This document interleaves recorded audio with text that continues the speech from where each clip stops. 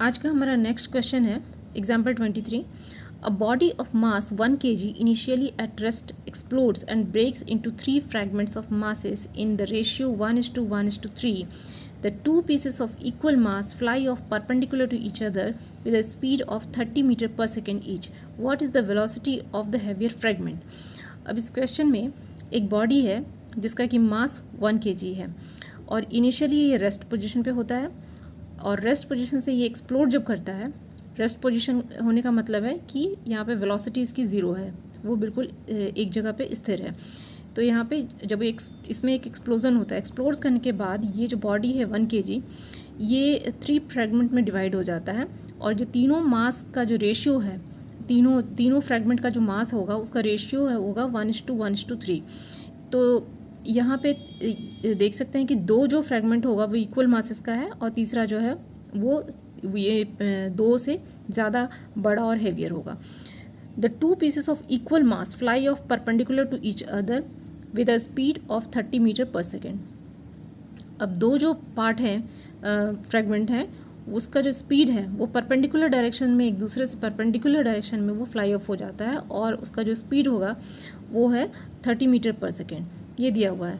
तो what is the velocity of the heavier fragment? जो heavier fragment है वो किस वेलोसिटी से फ्लाई ऑफ हुआ ये नहीं दिया हुआ है, ये हमें पता करना है। तो यहाँ पे जो गिवन है क्वेश्चन में ये है बॉडी का मास दिया हुआ है 1 kg इनिशियली। तो एक्सप्लोजन के पहले इसका मास 1 kg होता है, लेकिन एक्सप्लोजन के पहले ये रेस्ट पोजीशन पे होता है। तो मोमेंटम जो है बिफोर एक्सप्लोजन जो हो गया मास इंटू वेलोसिटी 0 हो जाएगा। एक्सप्लोजन के बाद मास तो उतना ही रहता है लेकिन वो 3 पार्ट में डिवाइड हो गया मास, और जो वेलोसिटी है 2 पार्ट का दिया हुआ है 30 मीटर पर सेकेंड, तीसरे का हमें पता करना है। तो आफ्टर एक्सप्लोजन भी जो टोटल मोमेंटम होगा वो 0 होना चाहिए according to law of conservation of momentum से। तो यहाँ पे मास को हम लिखेंगे m1 plus m2 plus m3 equals to 1 kg। 1 kg means 1000 gram. अब इस 1000 ग्राम है और ये आफ्टर एक्सप्लोजन जब एक्सप्लोड करता है तो उसके बाद ये 3 रेशियो में डिवाइड जो हो जाता है, 3 पार्ट में डिवाइड हो जाता है, m1 m2 एंड m3। तो m1:m2:m3 ये डिवाइड होता है 1:1:3 में। तो अब इस रेशियो से और ये मास टोटल दिया हुआ है तो हम पहले कैलकुलेट करेंगे कि m1 m2 m3 ये कितना है, एक्चुअल इसका वैल्यू क्या है। तो रेशियो एंड प्रोपोर्शन जो कॉन्सेप्ट है उसको यूज़ करते हुए हम इसको कैलकुलेट करेंगे कुछ इस तरह से। छोटी क्लासेस में आपने ये पढ़ा होगा, रेशियो एंड प्रोपोर्शन में इस तरह के प्रॉब्लम्स मैथ्स में आपने काफ़ी सॉल्व किया होगा कि जब हमें मास दिया हुआ है, उसका रेशियो दिया हुआ है, टोटल मास दिया हुआ है, तो हम कैसे इंडिविजुअल मास को हम कैलकुलेट करते हैं। तो ठीक वही चीज़ को यहाँ यूज़ करना है। तो यहाँ पे दिया हुआ है m1 plus m2 plus m3 1 kg that is 1000 ग्राम। इसको मैंने बस समझने के लिए यहाँ पे 1000 ग्राम लिखा हुआ है, बाद में हमें kg में ही चाहिए मास जो है। तो m1:m2:m3 इक्वल टू 1:1:3 ये दिया हुआ है गिवन। अब m1 और m2 ये दोनों इक्वल है तो हम एक ही साथ कैलकुलेट करेंगे। यहाँ पे m1 इक्वल्स टू m2 यहाँ पे होना चाहिए था, sorry m2 equals to m1 यहाँ पे लिख दिया है मैंने, कोई बात नहीं, वो सेम ही चीज़ है। तो m1 equals to m2 equals to यहाँ पे जो 1000 ग्राम है पहले इसको हम 5 पार्ट्स में हम डिवाइड करते हैं। तो 1 + 1 + 3 क्योंकि यहाँ पे रेशियो दिया हुआ है 1 + 1 + 3।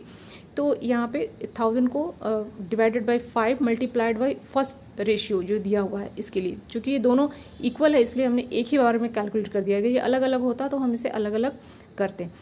तो यहाँ पे 1000 divided by 5 multiplied by 1 that is 200 ग्राम। 200 ग्राम को हमने केजी में कर दिया 0.2 kg। तो m1 एंड m2 जो है वो 0.2 kg है और m3 कितना है, जो m1 है उसका ट्रिपल है। तो m3 हम निकाल लेंगे सेम मेथड से, 1000 डिवाइडेड बाय 5 मल्टीप्लाइड बाय 3। यहाँ डायरेक्ट भी यहाँ कर सकते थे, 0.2 × 3 कर देते तो वो आ जाता 0.6 kg, बट समझने के लिए मैंने थोड़ा डिटेल में कर दिया यहाँ पे। तो 0.6 kg इसका आ जाता है m3 का। तो m1 जो है वो 0.2 kg है, m2 0.2 kg और m3 जो है वो 0.6 kg यहाँ पे मास निकल के आ रहा है। आई थिंक कि ये आपका क्लियर हो गया होगा। यहाँ पे m1 equals to m2 equals to 0.2 kg, m3 equal to 0.6 kg। ज़्यादातर बच्चे इसमें अटक जाते हैं क्योंकि पिछला कॉन्सेप्ट कई बार बच्चों को नहीं याद रहता है कि कैसे निकाला गया है ये मास। बहुत ही सिंपल कॉन्सेप्ट है ये। अब यहाँ पे वेलोसिटी जो है, वेलोसिटी जो है वो जो इक्वल मासेस हैं और जो छोटा मास है उसके वेलोसिटी दिया हुआ है v1 equals to v2 that is 30 metre per second. v3 हमें नहीं पता, v3 जो मास थर्ड जो मास है जो कि हैवियर मास है उसका वेलोसिटी पता करना है।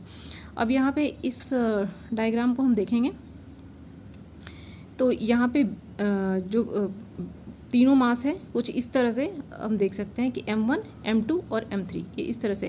तो m1 और m2 के बीच का जो एंगल है वो है 90 डिग्री और यहाँ पे 90 डिग्री के एंगल पे ये है, तो इसमें 20 से अगर इसको बाइसेक्ट किया है तो 45 डिग्री इस तरह से ये बन रहा है। यहाँ पे मास m1 और m2, वेलोसिटी v1 v2 के लिए हम जो हॉरिजॉन्टल कंपोनेंट पहले हम लिखेंगे, तो यहाँ पे इसका हॉरिजॉन्टल कंपोनेंट जो होगा m1 v1 cos 45 degree, cos theta 45 degree. यहाँ पे इसके लिए जो है वो m2 v2 cos 45 डिग्री। अब इसका जो है साइन कंपोनेंट ये इस डायरेक्शन में जाएगा और इसका साइन कंपोनेंट जो है m2 मास का वो इस डायरेक्शन में जाएगा। तो कुल मिला के ये दोनों जो कंपोनेंट है वो तो कैंसिल हो जाएंगे, ऑटोमेटिक कैंसिल हो जाएंगे। थर्ड जो है ये m3 वो इसके ही हमें डायरेक्शन में इसको कैलकुलेट करना है, इसका मोमेंटम को। तो यहाँ पे applying the law of conservation of momentum to momenta along horizontal direction. अब इस डायरेक्शन में हम इसको कैलकुलेट करेंगे तो टोटल सम जो है इसका होना चाहिए 0, क्योंकि बिफोर एक्सप्लोजन जो है वो मोमेंटम 0 था। तो यहाँ पे इन दोनों का डायरेक्शन तो सेम है इस तरह से, तो इसका डायरेक्शन जो है ऑपोजिट है, तो इसको बैलेंस करने के लिए ये ऑपोजिट डायरेक्शन में है। तो हम लिख सकते हैं कि इसका जो मोमेंटम होगा वो इसके मोमेंटम से ये बैलेंस हो जाएगा। तो m3 and v3 momentum this heavier particle जो है वो बैलेंस हो जाएगा momentum of sum of this two particle. तो इसका हॉरिजॉन्टल कंपोनेंट है वो हम कंसीडर करेंगे बस। तो m3 v3 equals to m1 v1 cos 45 degree plus m2 v2 cos 45 degree, ये हॉरिजॉन्टल कंपोनेंट। वर्टिकल कंपोनेंट तो अपने आप वैनिश हो चुका है। अब यहाँ पे हम देखेंगे कि m3 हमारे पास है, m1 है, v1 है, cos 45 डिग्री का हम वैल्यू लिख सकते हैं, m2 है, v2 है, cos 45 डिग्री का अगेन वैल्यू लिख सकते हैं। तो सारे वैल्यूज़ यहाँ पे लिखने के बाद हमारा एक v3 ये रह जाता है जो कि अननोन है, जो कि फाइंड करना है। तो इसके लिए हम सॉल्व करेंगे इसे, तो हमारे पास आंसर आ जाएगा 14.14 मीटर पर सेकेंड। तो इस तरह से हम जो है वेलोसिटी फाइंड कर सकते हैं थर्ड पार्टिकल का। आई थिंक ये क्वेश्चन आपको क्लियर होगा। अभी के लिए थैंक यू।